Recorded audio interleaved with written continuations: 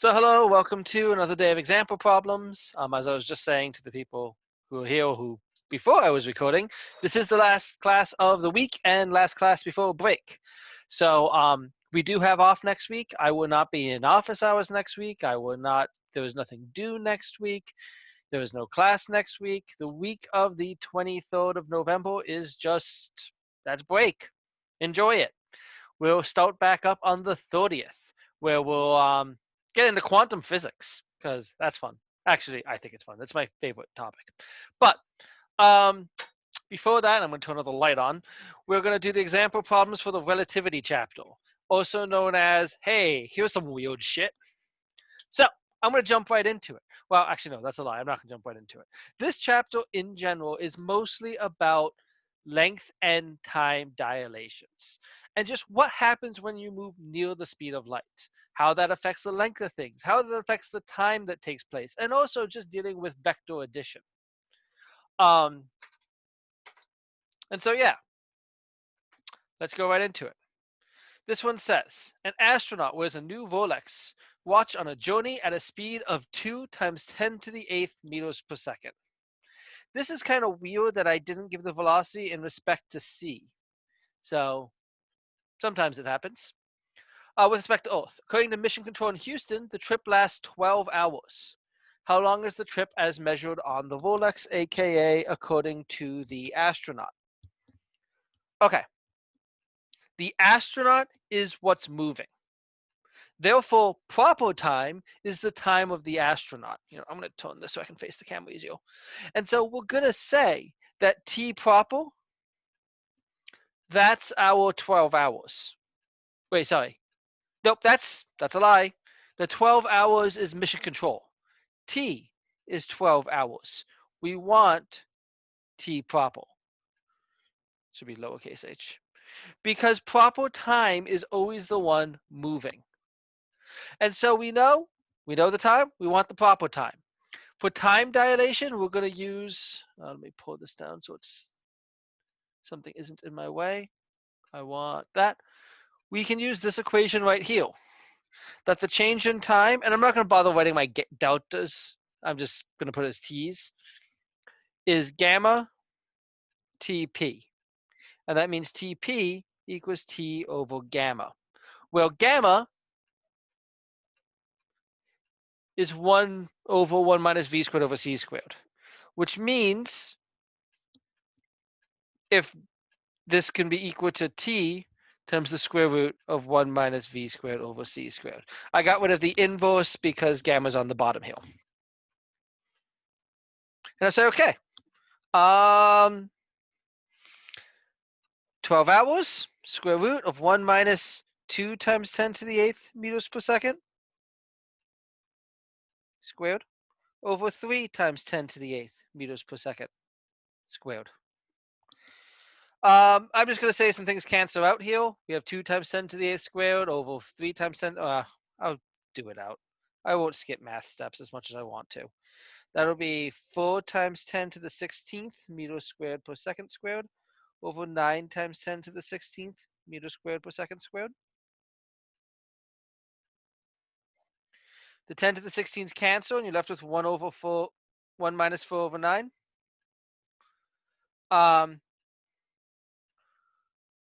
1 minus 4 over 9 is 5 over 9. And so it'll just be 12 hours times the square root of 5 over 9.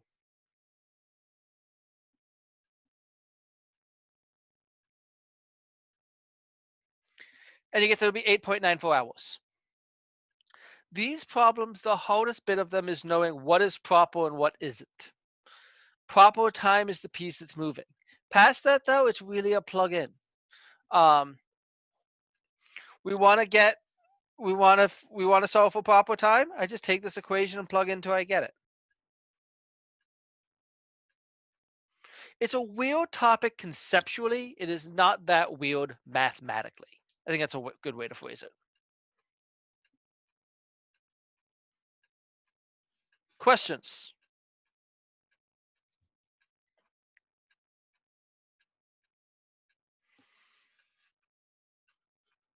No, not currently. Okay. So, This next one, and that's from a textbook. As this class goes, I'll start making more old exam problems in these problems, as you know, I have more exams. I didn't bother putting any of the old exam problems in the packet this time because I figured you're going to see the old exams when I do them for review, which I should probably talk about that. At the end of class today, I'll talk about review for the final. This might not be a bad time to do because I haven't talked about that at all yet, I don't think. But before I get into that, it says, for this one, it says, at what speed, as a fraction of c, will a moving rod have a length of 60% that of an identical rod at rest? Now, the length of something at rest, that is proper length. And L is going to be its length moving.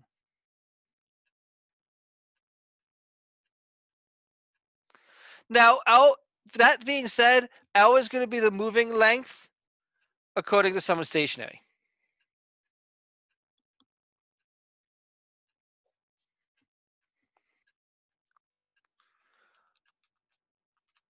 And so what we're saying is that that they have a fraction of 60%. What that means is the length of it moving is 0.6 times the length of it stationary. Or to rearrange differently, L over LP equals 0.6. Now, if we want to solve for length, what we know is length equals LP over gamma. And if length equals LP over gamma, if I divide both sides by LP, that gives me length over LP equals gamma. But we said length over LP is 0.6. So therefore, in this case, 0.6 equals gamma.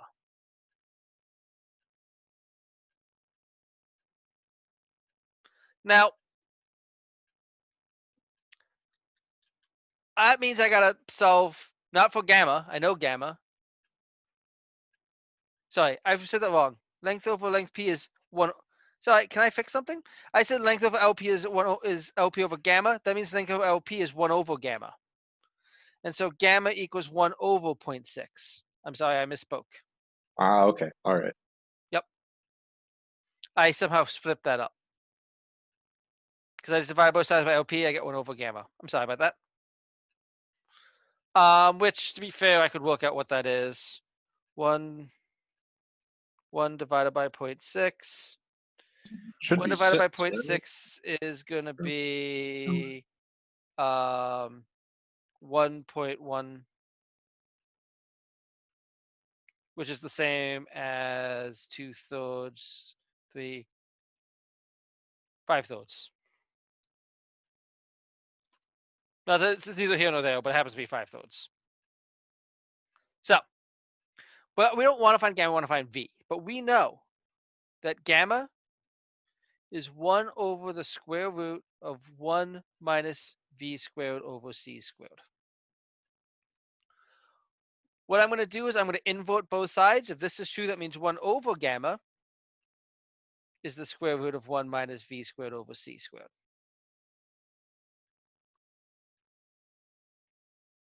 I'll then square both sides.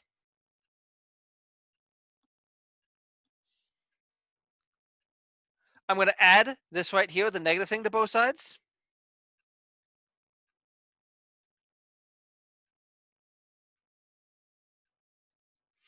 I'll subtract this gamma bit from both sides.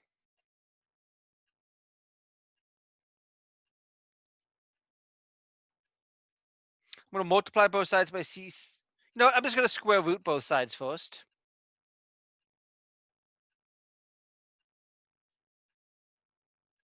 And then multiply both sides by C.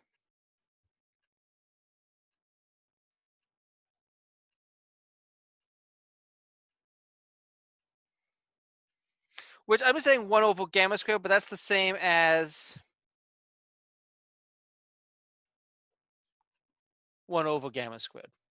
And you know what? This step I did here where I worked out that gamma is that, I'm just going to stick to that 1 over gamma is 0.6 because I have a 1 over gamma here. And I'll plug in. It'll be C square root of 1 minus 0.6 squared. because 1 over gamma is 0.6. 0.6 squared is 0.36. 1 minus 0.36 is 0.6 full. Square root of 0.6 full is 0.8.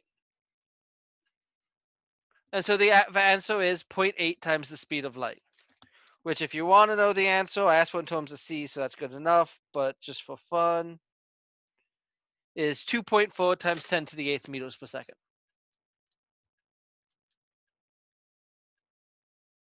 So for like a lot of these is like one way to check ourselves is to make sure that like when we get our final answer, it'll be less than 1. It'll be like less than 1. Like if you ever get something larger than C, it's not going to be possible.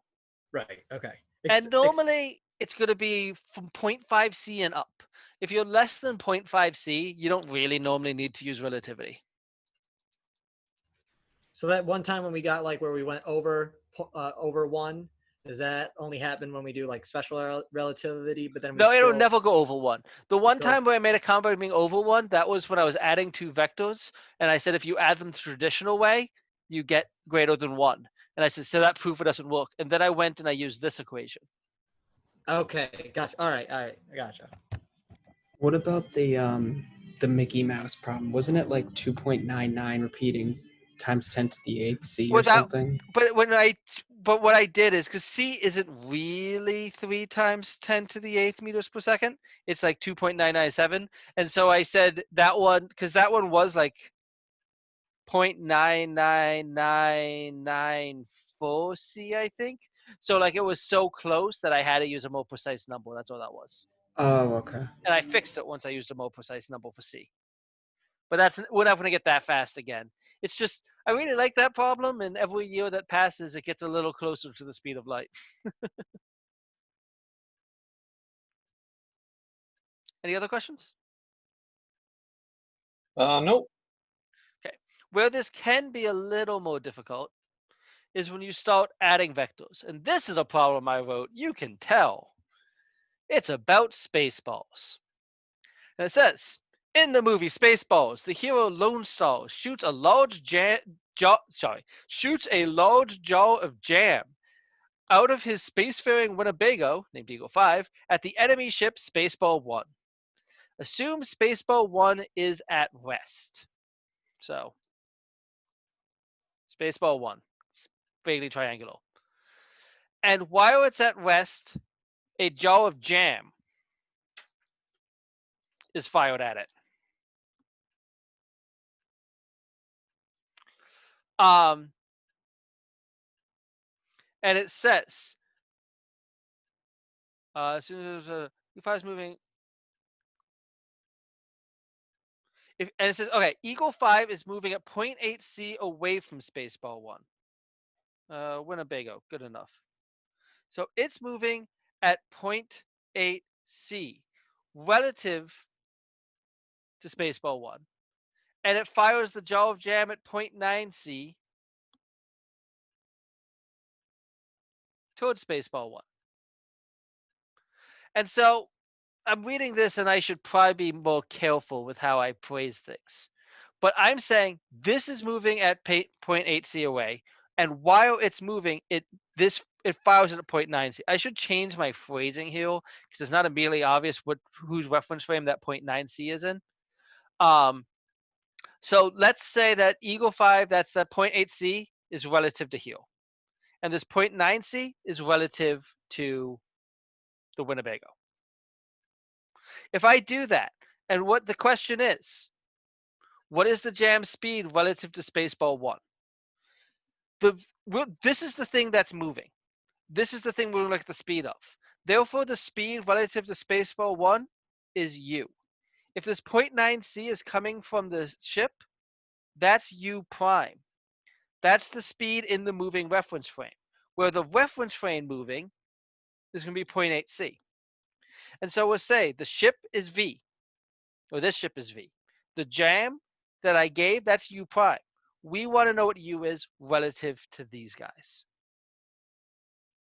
Now, I do need to define one way to be positive, one way to be negative. The way I drew it here, I should probably be making the 0.9 C negative. Fun fact, in my solutions, I did it the opposite way, which that's fun, just for messing with me. That I made this one negative, that one positive, but whatever, I'll solve it this way. That's not a problem. Because it's going to the left. Now, normally I would say if this guy was going at 0.8 and it fired something back at 0.9, it should seem like it's going, much faster. Or actually, with the way this guy's going, it should actually seem slower. It should seem like it's only moving towards them at like 0.1c. It's only moving at 0.1c because as this thing's going, if something's going one way and it fires at the same speed behind, it should be like it stays in place. But that's only if we're not looking at relativity. With relativity, I can't just say that. And so if I want to see how fast it's going relative to the Spaceball 1, I need to solve for u. Well, the equation's written up there that u equals u prime plus v over 1 plus u prime v over c squared. And so I say it is negative 0.9c plus 0.8c over 1 plus negative 0.9c times 0.8c over c squared. That is going to be negative 0.1c over 1 plus 0.9 times 0.8 is 0.72. So it's negative 0.72. This allows my c squareds to cancel. So in the bottom I have 1 plus negative 0.72, which is 0.28.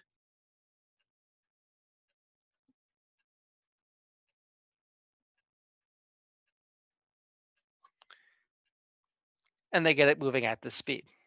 Which once again, using non-relativistic, it's only coming at them at 0.1c, but it's coming at them at 0.357c because of the way vectors add in relativistic speeds. And as I said, I'll fix the wording to make it obvious whose reference frame everything is in there. Okay.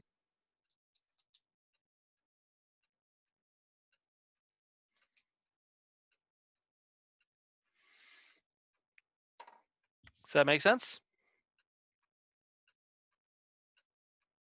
Yep. Okay. As much as it's gonna.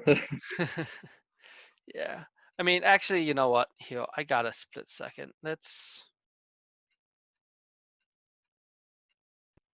You are right, though. When you do the math, it makes more sense than when you just talk about it. Yeah, right? And like, you guys have probably seen the GIF before. Like, I've seen it many times. Where like a truck is going and it fires something out the back and it looks like it stays still. Like, if you're traveling forward at 5 miles per hour, you throw something behind you at 5 miles per hour, someone stationary would say it goes still. If you're going forward at 5 miles per hour, you fire something back at 6 miles per hour, someone would say it's only moving at 1. But because of the relativistic speeds, that throws this all out. And as I said, one of these I always got to be careful to say which reference frame. So it'd be if Eagle 5 is moving at 0.8c away from Spaceball 1, according to Spaceball 1, and fires it down 0.9 towards Spaceball 1, according to Lone Eagle 5. There we go. And I'll just do that so it's more obvious. Okay. Now, not everything in this chapter was relativity. We also talked about Einstein's working of energy and momentum, which is its own kind of weirdness. And so the next problem is as follows. I think I have enough space here. Calculate the classical momentum of a proton traveling at 0.99c, neglecting relativistic effects. Okay, momentum is something. P equals mv. So the classical momentum, if we didn't have to do relativity, is going to be just mass times velocity. Now the velocity was 0.99c, which is 0.99 times 3 times 10 to the 8th meters per second, which is going to be 2.97 times 10 to the 8th meters per second. And therefore the momentum is just the mass times that number, which is going to be 4.96 times 10 negative 19 kilogram meters per second. Classical physics, that's what it should be.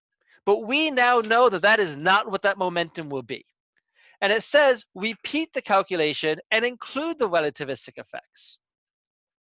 And what we know, as it's written up on the screen, is that P equals gamma mv, or m naught v, where m is rest energy, which is the same as m naught v over the square root of 1 minus v squared over c squared.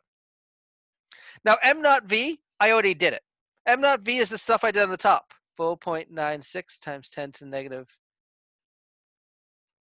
19 kilogram meters per second. And on the bottom, I'll say it's 1 minus 0.99 c over c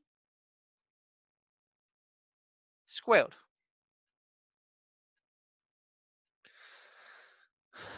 Square root of. I'm not going to bother plugging in this number on the top again, just to may have less mess. 0.99 squared is 0.9801 c squared over c squared. So my c squareds cancel. 1 minus 0.9801 is 0.0199. The square root of that is 0.141. And so it'll just be this number, 4.96 times 10 negative 19 kilogram meters per second, divided by 0.141, which gives you 3.52 times 10 to the negative 18 kilogram meters per second. It's much smaller with relativistic. I mean, if I put them both to the same power, to the negative 18th, right? Because the only difference between 3 and 4, it's negative 19 and negative 18. Sorry, I lied. It's much bigger. I said smaller. It's actually bigger. Because it's, yeah. It's like 8-ish times bigger. That's what relativity does.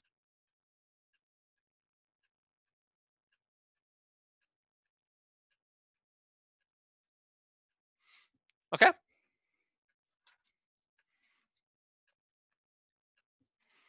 Okay. That is relativity. As I said, I got a quick moment now in between problems. I might use it real fast to talk about the final. We have 2 more weeks of classes. In those 2 weeks, I am going to cover the last 2 chapters. I don't necessarily have time in class to review, but I will make a point to do a review. I'll talk about that in what I'm about to say. But yeah, we're going to cover chapter 30 the week after break, chapter 31 the week after. And then your final is right after that. And so I just want to say what the setup's going to be moving forward. I'll post this PowerPoint today. But here's the general setup. Our final is Monday, December 14th from 5:30 to 7:30. I said that before. Although I'm going to give you, sorry, I'm going to make that come back in a second. I'm going to give you a bonus 15 minutes to upload. So although it's 5:30 to 7:30, it's actually going to not close till 7:45. It's going to be the same online format we've been doing. It's just 9 questions. The general idea is you do not have to do 09. In fact, you should not do 09. I am going to ask you to do 8 of the 9 problems. You must do the first 4. And then from problems 5 through 9, you are going to skip one. You have to tell me which one you're skipping. If you decide to do all of them and don't tell me which one to skip, I will pick whichever one you did the best on and skip that one, because fuck you for making me do extra grading. I have enough grading to do. You have to tell me which one I'm skipping. How we're going to do that is just like how the labs always have a place for you to upload an answer, but also a text box, the one you want to skip, you just write skip in the text box. You don't upload anything for that one. That being said, doing the whole 8 out of 9, Vanco Hall doesn't really allow it. There's some weird things that will look like will happen in the grade book when I grade it. If you open up the exam afterwards, it'll have this weird 200 out of 250 points, and a perfect score of a 200, it's going to call a 160 or 80%. I'm going to use a multiplier to fix it. And so what's going to happen is the grade in the grade book will be correct. The grade on the actual exam will be weird. But if you look at your grade book, you will see your grade. Once again, though, you get to skip one problem. General structural is the first 4 problems you have to do all of, and they will be as follows. The first one will be something from last chapter. Maybe single slit, maybe double slit, maybe thin films, maybe polarization. Last semester's exam is up. You can see what I did there. The second one is going to be relativity. It's either going to be length dilation, time dilation, or vector addition. I'm not going to bother with those energy and momentum equations. Chapters 30 and 31 will be as written here. But I haven't covered any of this stuff, so I don't really want to go into it in depth. But after we cover it, that will make more sense. The last 5 problems, this is what you only do 4 out of these 5.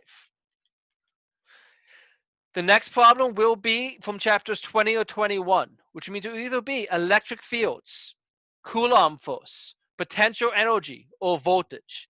It'll be a group of charges. You're going to have to solve for one or more of those things.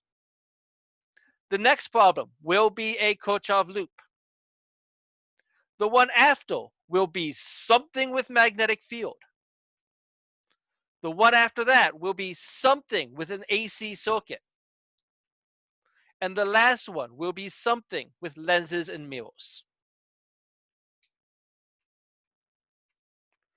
I did make a point to list out every single equation you could possibly need. I'm not going to bother going through it now because I'm going to save that for when I do an actual review. But as I said, I will upload this anyways. I'll probably put it in the exam section. No, I'll put it with the lecture notes. Now, my plan is to go through last semester's final. I don't have time in class to do it. So what I'm going to do is I'm going to go through last semester's final sometime during the week, probably the last week of classes. What I'll probably do is I'll probably send out a when is good the week before, so the next week we're back, and do whatever time people like the best. That's when I'll go through last semester's final. But I will, if anyone can't make that time, I will still record it and post it to YouTube, just like always. So everyone should get to see it. Any questions about the final?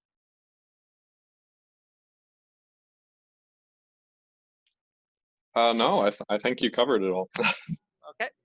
So yeah, as I said, I'll do a review later on, but that's the general setup. And other than that, unless there's any questions, I'm going to stop here. I hope you all have a very good Thanksgiving break. You too. Yeah. And I'll see you after that. All right.